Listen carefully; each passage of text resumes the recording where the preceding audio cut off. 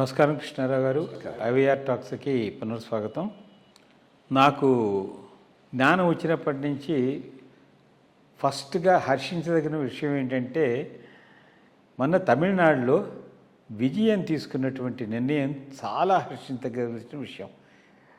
Hindu religious and endowments act కింద ఉండేటటువంటి 40,000 పైగా టెంపుల్స్ ఉన్నాయి. ఒక చిన్న డెసిషన్ తీసుకోవడం ద్వారా చాలామంది హిందువుల మనోభావాలకి వాళ్ళకి చాలా దగ్గర అయ్యాడు విజయన్.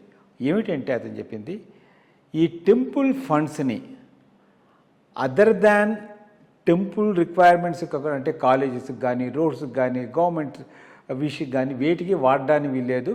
అది టెంపుల్కి సంబంధించిన విషయాలకి, భక్తులకు సంబంధించిన విషయాలకి వాటికే వాడాలని చెప్పి డెసిషన్ తీసుకోవడం అనేది నిజంగా ఇది చాలా హర్షించదగినటువంటి విషయం.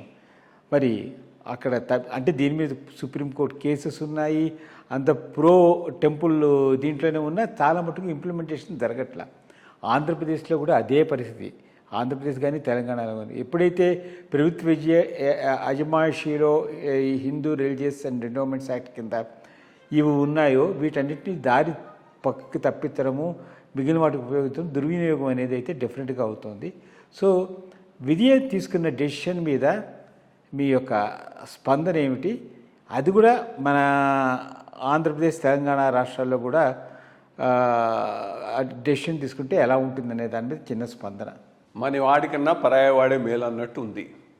ఇప్పుడు ఎంత లెవెల్కి తీసుకుపోయిందంటే ఈ డిఎంకే ప్రభుత్వం యాంటీ హిందూ అజెండాతో టెంపుల్ లూట్ లార్జ్ స్కేల్లో జరిగింది. దాంతో వాస్తవం.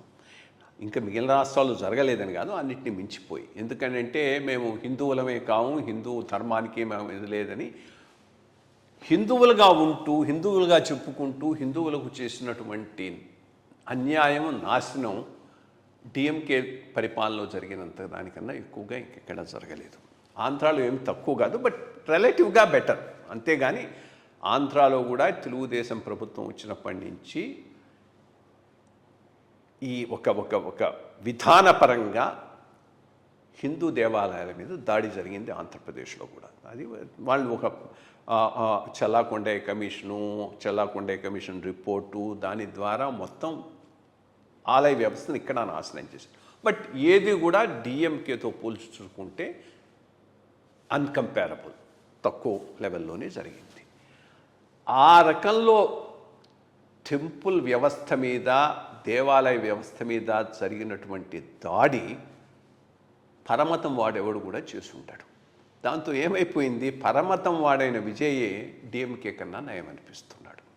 వాళ్ళు చేసినటువంటి ఆ అరాచకాలు, టెంపుల్ ఫండ్స్ను ఖర్చు పెట్టడంలో కొంతవరకు విజయ ద్వారా అది రివర్స్ అవుతున్నది. అదొక ప్లస్ పాయింట్. బట్ దీన్ని బట్టి నువ్వు ఏదో హిందువులకు మేలు జరిగిపోతుంది విజయ వలన అనేటువంటిది మచ్ డీపర్గా విజయ్ పరిపాలన జరుగుతుందని నాకు అనిపిస్తుంది. ఎందుకంటే ఆ దీపస్తంభం విషయంలో మాత్రం టోటలీ రివర్స్గా డెసిషన్ తీసుకోవటమే కాకుండా ఈ అమెరికా అంబాసిడర్ ఈ మధ్య చేసిన కొన్ని కామెంట్సు, ఈ క్రిస్టియన్ మిషనరీ ఇన్ఫ్లుయెన్సు, దీన్ని బట్టి చూస్తే పెద్దగా ఏమీ ఇది ఉండకపోవచ్చు. కొన్ని విషయాలలో హిందూ సాంప్రదాయాలను పాటిస్తున్నట్టుగా, అనుకూలంగా ఉన్నట్టుగా బయటికి అవుపిస్తూ చాప కింద నీరులాగా ఒక క్రిస్టియన్ ఎజెండాతో విజయపోయేటట్టుగానే అవుపిస్తున్నది. చూడబోతే ఏదో మూకాంబికా టెంపుల్కు పోవటం,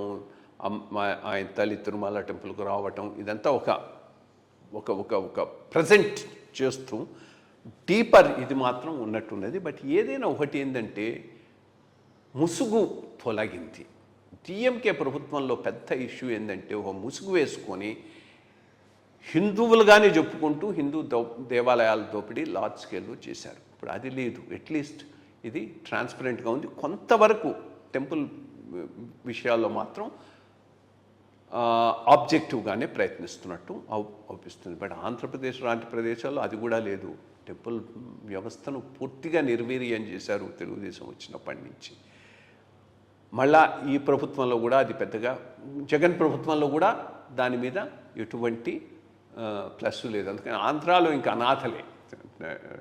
టెంపుల్ వ్యవస్థలు, టెంపుల్ సిస్టము పూర్తి అనాథలు. ఎందుకంటే అది వైఎస్ జగన్ ప్రభుత్వం కానీ తెలుగుదేశం ప్రభుత్వం కానీ రెండూ కూడా ఒకే రకమైనటువంటి దీంతో ట్రీట్ చేయడం జరుగుతుంది. అట్లీస్ట్ అంతవరకు కొద్దిగా తమిళనాడులో ఒక ఆస్పెక్ట్లో బెటర్గా అనిపిస్తుంది. నమస్కారం అండి.